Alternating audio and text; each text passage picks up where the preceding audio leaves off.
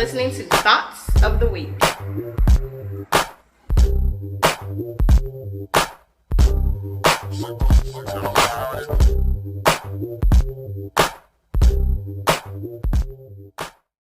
All right, ladies and gentlemen. Lastly, we have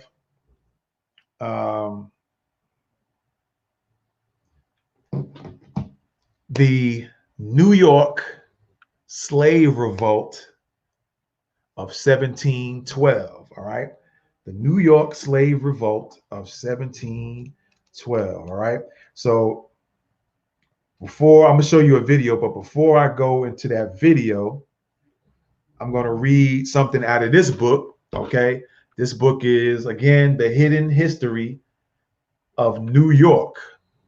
I didn't know slavery went down in New York, right? A lot of foul stuff in New York happened to blacks as well. And I'm going to read about the uprising, the black uprising in New York of 1712. And then I'm going to show you a video, and then we're going to get out of here for today, man. All right. So again, this book, I think this book is out of print. I was lucky to go back to New York and visit some years back, maybe the early to mid 2000s. And let me see here. I think the name of the bookstore, I don't even know if this bookstore is even open anymore, to be honest with you. But I think when I got the book, the guy told me, it was a black guy that owned the store. He told me that, I think he told me that I got the last book, the last one. So I don't even know. And I think I tried looking this up before, and I think it was out of print. Like they wasn't selling any more of these. And I wonder why, huh? The information, I guess they don't want you to know, huh? So I'm going to read this, the Surviving the Black Uprising of 1712 in the book, The Hidden History of New York, a guide for black folks. And let me go real quick before I do that. Again, the bookstore was named the Black Mind Book Boutique, excuse me. And I think it was either 610 or 810 New York Avenue in Brooklyn. All right. So I don't even know if this store is even open anymore. He might be still open. I don't know. And like I said, it was quite a bit of time ago. I had this book for quite some years. All right. And so let's talk about it. Let's read this, man. I said not talk about it, but let's read this passage here. The Black Uprising of 1712. Okay, excuse me. The legal structure tightened its noose around the black slave, and resentment smoldered in New York. The resulting powder keg soon ignited into open rebellion. All right. The Black Uprising of 1712 stands as one of the greatest acts of courage by the Africans of early New York. All right. Despite overwhelming oppression intended to extinguish all hope of freedom in the black man and woman, they yet planned an uprising designed to slaughter their white enemies and gain justice in their lifetimes. All right. On the night of April the 6th, 1712, a fire alarm was sounded in the center of the town.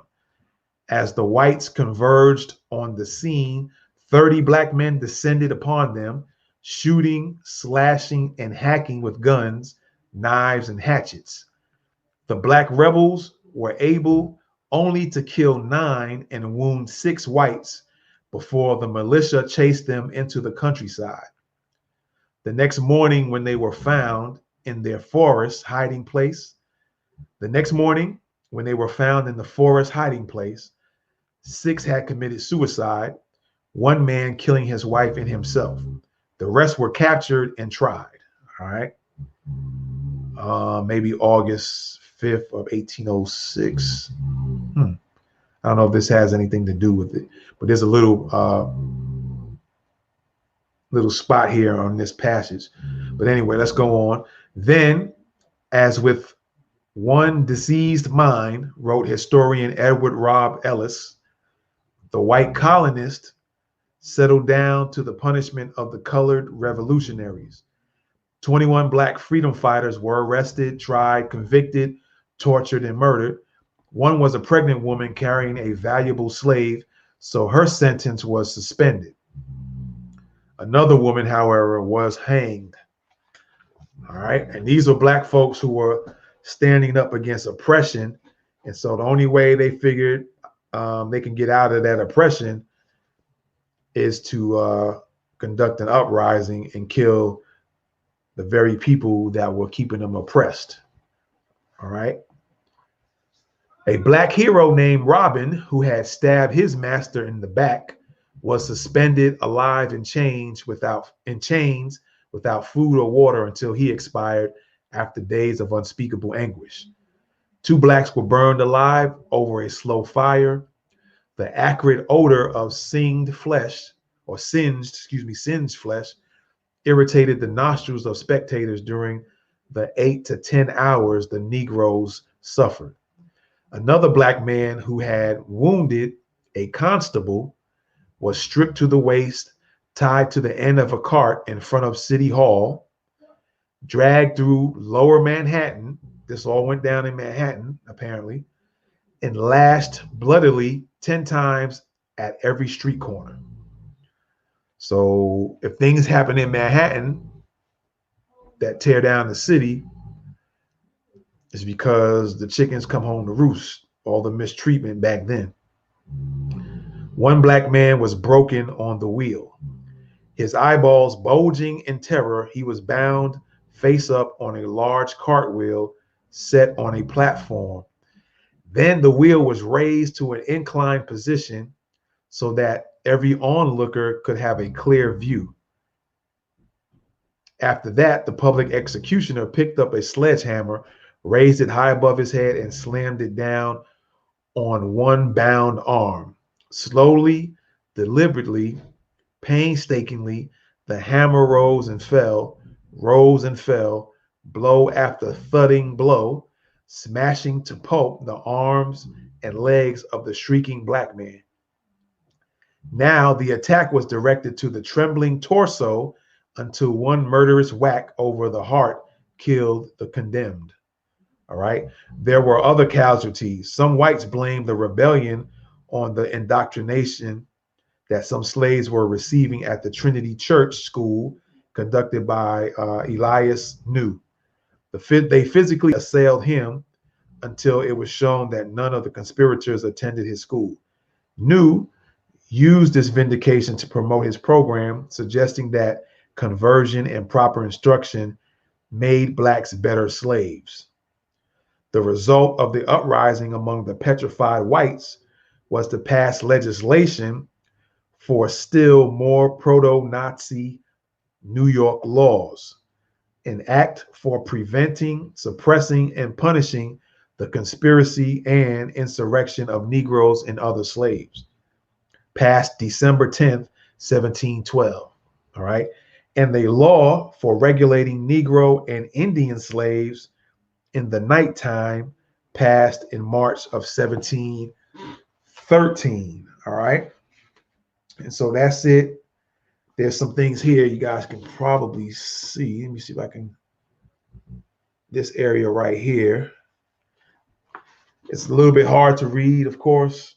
So it must be a copy of the actual readings. One says to be sold, and the other one under it says $10 rewards. So I'll try to read it as best I can. It says to be sold, a likely young Negro wench, about 24 years old, with a male child about 2 years old. The wench is fit for either town or country. Inquire of the printer, Albany, August 4th, 1783. Ran away from the subscriber on the night of looks like the 5th, a Negro man named Quam. And some of this is, like I said, you can't read it. You see, he has on a brown cloth coat with green basket or something buttons, linen undercloth, about 20 years old, speaks Low Dutch and English. And let me see, also an apprentice lad named Hercules, or Hercules, length about 17 years old, had on a brown, some type of coat, a white hat, and this is unreadable here, pair of large quill carved, looks like blocking buckles. Whoever, I don't know if it says fetches or fine, well, definitely ain't fines, but maybe it says whoever secures the Negro and gives word to Theodorus V.W. Graham in Albany shall there receive $10 reward and all reasonable charges or on notice given to the subscriber the reward and charges will be paid. So basically this is like they were selling black folks up in looks like in New York somewhere, and then they got a $10 reward. Looks a little bit more readable here. Ran away from the subscriber living in Albany on the 25th of July, a black Negro fellow named Tom, 22 years old, about 5 feet 8 inches high, has a scar below one of his eyes, his knees bent inwardly. He speaks good Dutch and English, had on, and that's something to look at too. A lot of black folks spoke different kind of languages back then. Seemed like there was kind of fluid. You'll find, and when you study some black history, some or quite a bit spoke different languages. Let me see. He had on when he went off a toe shirt and overalls, an old wool hat. Looks like it says, "Whoever takes up said runaway and confines him in any goal and informs the subscriber so that he may get him again shall receive the above reward with all reasonable charges and many thanks from Peter Gansevort." I guess that's the slave owner. Albany, August 4th. So that's Albany, New York, and August 4th, 1783. All right. So it was going down in New York too. They don't, that doesn't get mentioned and told, but we're going to maybe get back to this book again somewhere between now and the end of this month and go over some more things that went down in New York. All right. So with that said, I'm going to add play this last video that kind of coincides with what I read. And then we're going to get on out of here. All right. So here is the video. The New York Slave Revolt of 1712. Here's your Black History Minute. New York City may have a reputation for being a socially progressive place to live, but during the 18th century, it was a major hub for the North American slave trade, with thousands of men, women, and children passing through the slave market that operated in the heart of what is now the financial district. On the night of April 6, 1712, this came to a head when a group of New York slaves took up arms and revolted against their captors. Between 25 and 50 blacks congregated at midnight in New York City, New York. With guns, swords, and knives in hand, the slaves first set fire to an outhouse, then fired shots at several white slave owners who had raced to the scene to fight the fire. By the end of the night, 9 whites were killed and 6 whites were injured. The next day, the governor of New York ordered the New York and Westchester militias to, quote, drive the island. In the end, 27 people were captured hiding in a swamp near modern-day Canal Street, and the governor, Robert Hunter, reported that 6 men committed suicide rather than facing trial.